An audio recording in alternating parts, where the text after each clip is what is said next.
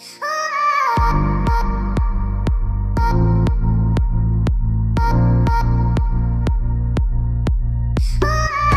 mamuni akwaba eba Melodies TV so. Mesre video we minyaya na nka mo be share ama me. Na edru omo a ewo se we dru omo nchan no. Minyaya mo be share. Ensem bi akoso between one of our colleagues, one of the biggest YouTube channels, we Ghanaian content, Magraheb, Munim no. Na bibi akoso between ono ene Kennedy Japan ne outfits and Yebeka say womo host Kennedy Japan the seat show ne so no. The host no Samunia Mbra na mo hwe ensem bia ekoso a host no will make comments bia. We are here to expose some factors and then let you know how some people think say womo there they are untouchable. Assembly ni Magraheb obi a wo videographer or your videographer and now say wo you be a wonim send ye editing pictures send you trap pictures ni video ni sanyama no. Simply put Magraheb you be a wa wo hwe ni videos a wo ya de wo sa de ni mu enti Magraheb so you be a o train adwen e won nsem ho enti Kennedy Japan ekotena na two wo exposing crofo no na Magraheb e ba bonten be ka say na two for production na wo mo no enyama bi wo ho a wo mo ya wo bi ehwe a wo be ka say these people are not being professionals in the sense that Kennedy Japan himself made a similar comment in the sense that ebia Kennedy Japan the picture biba yemfa ne say Kennedy Japan be share a picture of Florence Obinim, the old picture of Florence Obinim. Ebia Kennedy Japan the picture biba na wo say yenyi na Ghana for enhwe a obo say wo mo de na two logo no atale picture ne so kese to the extent say picture no kan hu ne clear.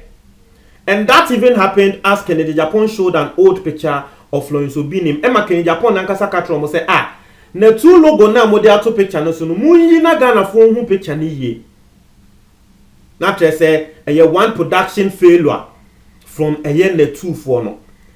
Aside that so say we notice here wo mo betre picture of obi a wo mo ya picture no kese as a landscape wo mo ba picture no ya kese to the extent say the picture looks stretched na wo bia wonim so Ghana we are ultra picture na picture no e look stretched obon say picture na nya febiom ne fani ni na eteko enti Magraheb esan so criticize omo e wo sa de ne so say sa de no entwa ye na data Magraheb can say in the say a san second in the Japan expose will be him na two no a man na two for they've grown womu growth no serious so womu back the number of subscribers a womu nya and there me to me actually say over 100,000 subscribers.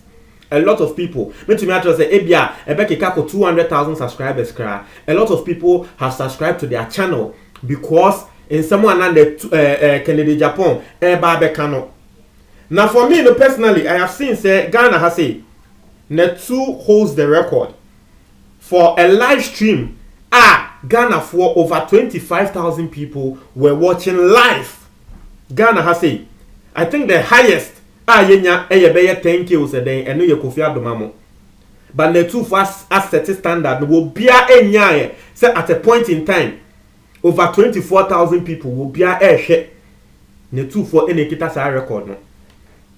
Inti trese amansan ehwe mu ye na Magraheb being a videographer, a professional videographer no your production bia mo ye no entwa ye emma no inti wono Magraheb ne tre na adwen say any kwan say mo ye ade sa because now your brand has grown and rightfully so ne kre eji wo bia won person be kan ne kre. Aside that Magraheb also criticized the host of the seat no. And then obia kasadia no woko Twitter na woko social media comments bia every nkrofo aba on the host no enya commenter ye just a commenter delightful adiomo can say host there wo nim say na host show kra because obia wo ye host no Kennedy Japan can say bia he can never rebut. As a professional journalist, no, sometimes the Kennedy Japan can say, I also to make us say, Ken, into when a banner saying, and a year say, a banner saying, and a year say. ube so no de waka ne wow hey sir obi a wo ye host no eno a na oka nti Magra have criticized and said Dabi, you are a professional journalist. Any question wo ye adwuma sa. And let me tell you this, aside sa enumeration no Kennedy Japan so na otai ko anopa show bi abranche bi ye ne nim say Kennedy Japan na etua o e bia wokasa e wo sa wo jeje ne so ya tie ase but wo hwa sa anopa de na e ya Kennedy Japan ne ko na wo say host na wo ho no ono so sometimes Kennedy Japan be show pictures bia wo catch Ken say that be Ken pictures here these people are not involved so don't show but Justice Kwekwana no Ken yes say we be show pictures bia I say okay and the producers mama yen hu picture no you see it bet me actual say and the asemo aba nkrofo ba she Kennedy Japan say adan na will show pictures of sa ladies now wo mo ene na ni asemo a wo ka say wo mo ne obi ni makoda no and the ladies ni kunu eba abonte 11 e de nsem ebe to Kennedy Japan so say wo mo de no ebe court no metumi aka say host ne kraka ho because Kennedy Japan host anopa na ko be ka che Ken say da be Ken ladies ne de wo mo asemi ni intimate show but wait there Ken be Ken bia he can never rebut ena Magra heb ekwa kan sansem no na sama Magra heb akan your commenter will be a can uko social media wo abranche nkrofo srew say ye can backing vocalist of the year wo Justice Kwekwana wo na wo ye backing vocalist of the year ye be han say Justice Kwekwana no aba betina na 2 show ne so the seat show ne so ema wo kike bia tra Magra heb say na Magra heb no mo ye bre ni ye production na mo abefa ye video ni bi de aye mo video na mo de ko gidom na mo de ko tripdom agiska wo YouTube masa Magra heb no chance say wo nya ni YouTube views no enye Kennedy Japan ni obi nim expose we no de benya o Magra heb chance say wo nya views e wo YouTube no enye Kennedy Japan ni obi nim asem kranti sa asem na Justice Kwekwana ne ka no wo nja ka wo wie ya me nko gota me de asema wo kan ya trese e hye me kra twa me nsuru mu kra ne se wo se wo ma Magra heb 48 hours se wan ba abontia amba apologize ya wo be hunde o ma ne 48 hours for what ye criticize no wo se wo ma obi 48 hours wo nye wadwuma yie na wo bia wo te na echi a wo ye professional e tra wo se mo nye wadwuma yie no wo se ane o aka se mo nye wadwuma yie nti no o ma ne 48 hours on ba apologize for what with them at them. And you see, this is where I want you guys to draw your attention. And Nkrofo say they feel say they cannot be touched. Wo Justice Kwekwana utina wo show so e man Nkrofo ba wo show no so e kan Nkrofo asem e criticize Nkrofo. And you don't expect people to talk. Now so we are criticizing on there, usi obi mbra bonten be apologize. Wo Justice Kwekwana in someone wa kan fa announce areme ya announce no obi akato say bra be apologize even after announce be provide video of who Justice Kwekwana no woji sika na announce ka say e bribe a woji no obi kato say bra be apologize. No one told you to come and apologize. Everyone saw you. We saw you in the video. We saw what you said about announce your plans you had. We saw you. We heard you. But no one told you to come and apologize. You feel say you can sit on your show and criticize people, but you are angry. You want people to come and apologize for criticizing you. And clearly, Magra heb kind and you say we all share those sentiments. And I've said that thing on my channel before. Say Justice Kwekwana there. Yeah, can't journalism pa. He is not showing oneself. So you're a journalist, and it is true. You will be a one person you are a bad host. It is true. That is the truth. And we are telling you so you would change. Now, Maga have some can send me. Justice Kwekwana na will host the show no. Kennedy Japan na will guest on your show. Ugo say Justice Kwekwana no mo make us a Ken. And then they wona wa beto yen wa ha na assemble na wo denam. Obi a wo ye host of the show.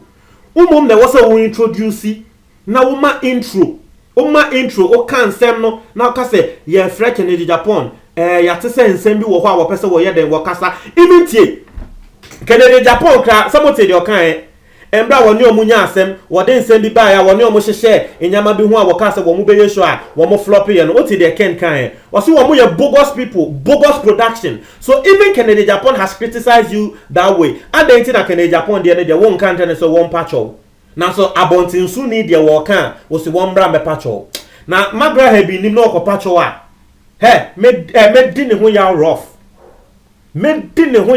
magra ha utie me na okopacho a won me di wo ho ya rough say even the person hosting, the person you are hosting no ono kra kan amagana for ate say you people are not good, you are not professionals. So why are you calling on Margaret to come and apologize? Aside that, Embrebi Justice Kwekwana na Kennedy Japan e wo show ne so e na Justice Kwekwana e friend Reverend Osubempa and also na Bedu Kobi nsem Embra na Kennedy Japan expose Bedu Kobi no e na Justice Kwekwana friend Reverend Osubempa say wo bisa nsem because Reverend Osubempa na wo Bedu Kobi ne spiritual father into wonim Bedu Kobi into your friend say wo bisa na nsem. Now, not Justice Kwekwana ne kan won to me bisa asem ni yenti Kennedy Japan mo na wo ye guest no onu mo na wo bisa Reverend Osubempa asem and na Kennedy Japan catch Justice Kwekwana and say this is how you ask questions. If you guys will remember, Kennedy Japan made that statement.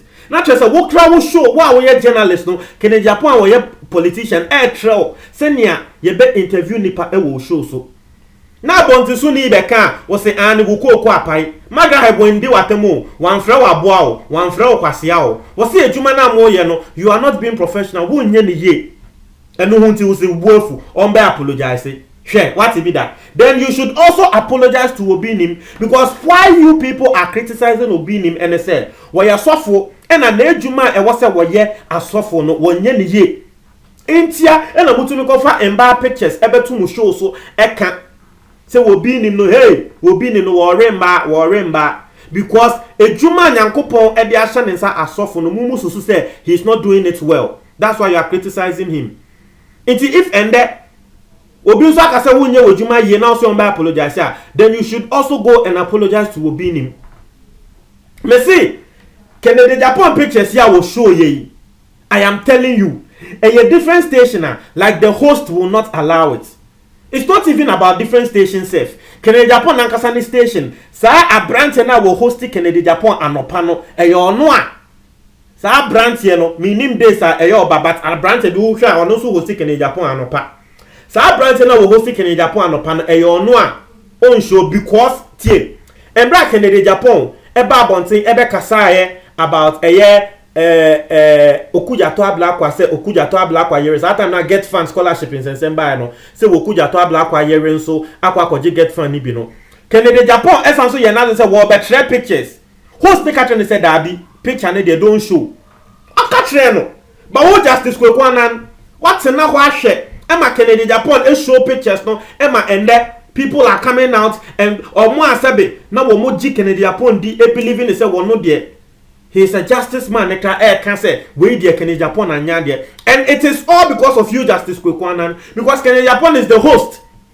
What can say will show pictures now? What Justice Kwekwana and also can say that became we dear the ladies ebe say one image into main show. You watched on EJJ so the Woodima and a wow. You watched on EJJ so Emma Kennedy Japan show pictures no.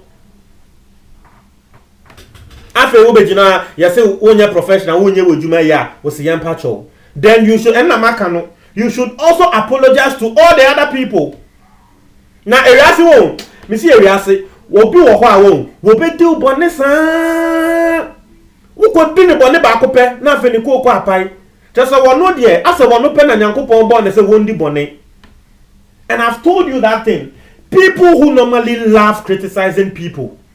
So what sorry now for criticize your mubia? Send your moyano, not just a one more kind of your moyana, some of the young for. They feel say for them they are immune. They feel say for them no, they are immune. Nanki ye ka so will be exposed you bia. Nanka wo Justice Kwekwana nanka nanke ni kwan say wo kasabi.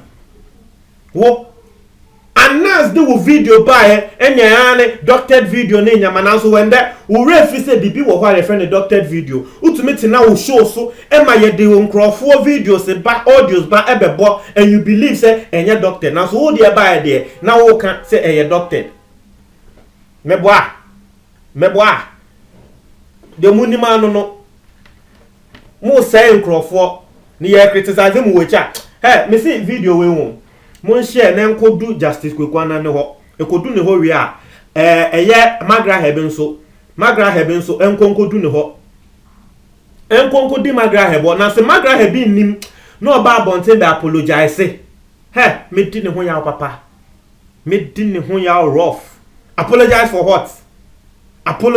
what masa mon share mo adwo comment box ni mu me da se